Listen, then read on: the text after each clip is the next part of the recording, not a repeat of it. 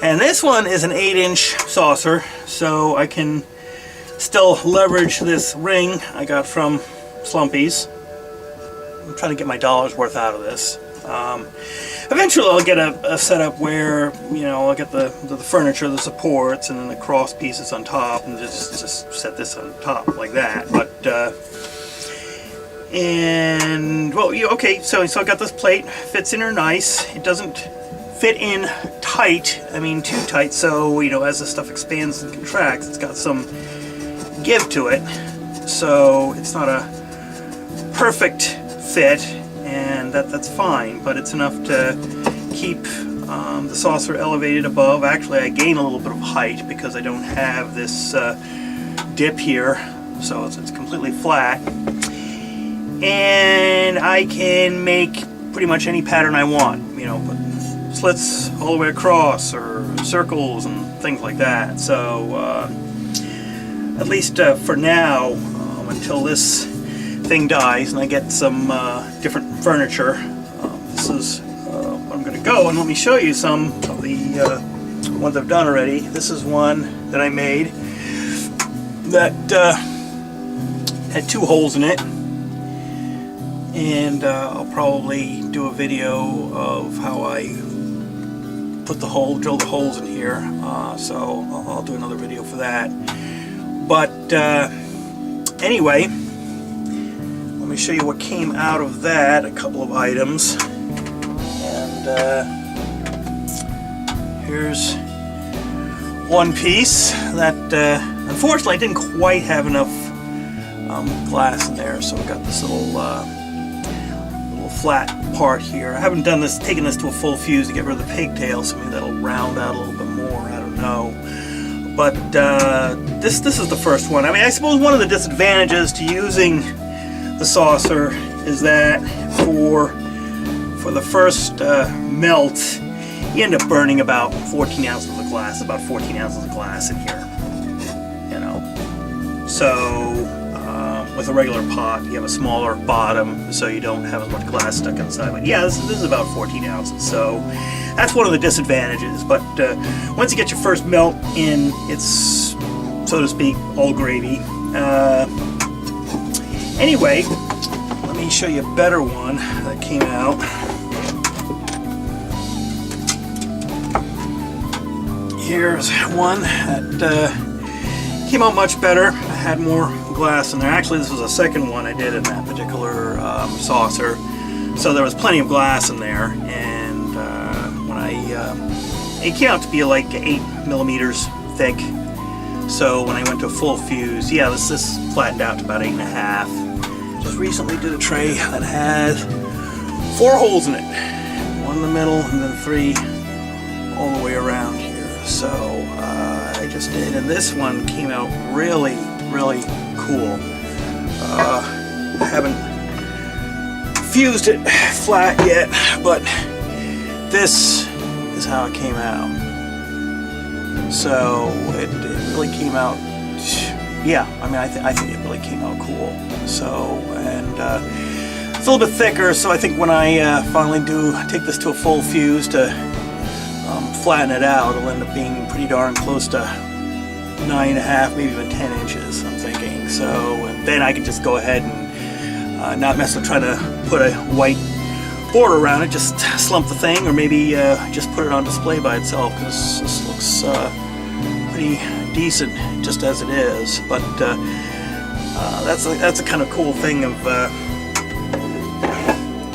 having your own saucers, and you can cut, roll your own designs. And this that 2-hole saucer has fired up twice, and that seems to be fairly durable. I mean, I think these are a little bit thicker than your flower pots. These are like 3/8 of an inch thick, so it's got a little bit more. I'm thinking hopefully a little bit more durability, more longevity. I mean, I'd be pleased if I could get a dozen firings out of something like this. And these are only $2.50 at Home Depot, so, or any garden supply store, or home improvement store should have these. So disadvantage of this, of course, is you waste your first fuse, your first melt. You end up having to put in like 14 ounces extra glass just to compensate for the fact that this is going to spread out. It's not smaller diameter. So yeah, the first fuse you just kind of waste some glass. I mean, clear glass is relatively cheap. You can get a 5-pound bag at Slumpy's when they have their 80% off sale for like $3.70. And I also get some of my glass from eBay, from glass blowers from their scrap bin, because most of that, a lot of that is just straight clear glass. So that's a cheap source of glass. You can get about 20 pounds of it for, depending on how your auction goes, for less than $20. So that's fairly decent.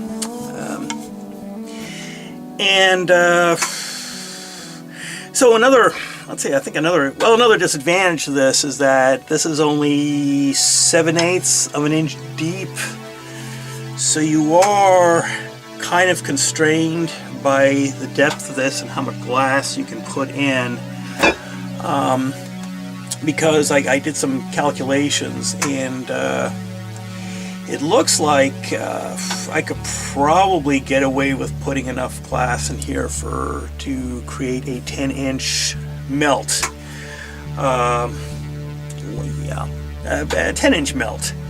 So anything more than that, and you run the risk of, as this stuff melts, it may not be fluid enough in time to leak out of the hole, so you end up having it, potentially spill over the sides, which you probably don't want that to happen.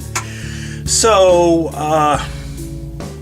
this one has only ended up getting about halfway full. I think you can see here how full it was, so about halfway. So there's still plenty of room here for more glass. So I'll have to play with it some more, especially when I finally ditch this little puppy here.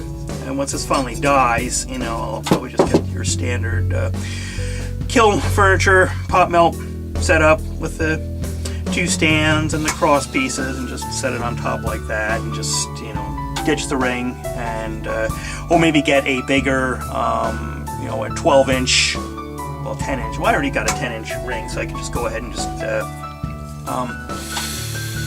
do the pot melt into that. Now, one of the advantages that I see of using the saucer is that well, it's thicker, so I think there's more durability there, and also you can spread the holes further apart. Okay, and see, with a regular flower pot, I think these would have to be a lot closer together. I mean, you can still get some cool patterns out of that, but I was able to. I think the advantage of using a saucer that size and is just the fact that I can spread the holes out more and get more interesting patterns. It seems different kind of patterns. So anyway, I'm looking forward to see how this looks when I take this up to a full fuse and get it to flatten out. And one of the things that probably one of the disadvantages of this, and what I should have done when I first cut the holes out, is I probably should have taken a wire brush and just kind of went around the edges, because I had a couple of pieces of the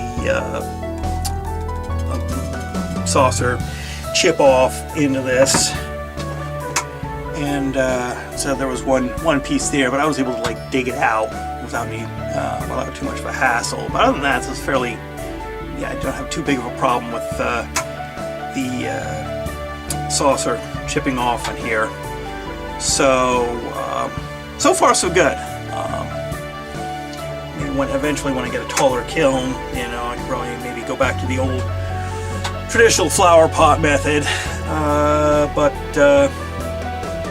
anyway, that's kind of my ramblings about this for now. I don't know. I think next time I'm gonna go ahead and show you what I do to prep these and to actually drill the holes in here. So anyway, that's enough rambling for now. Till next time.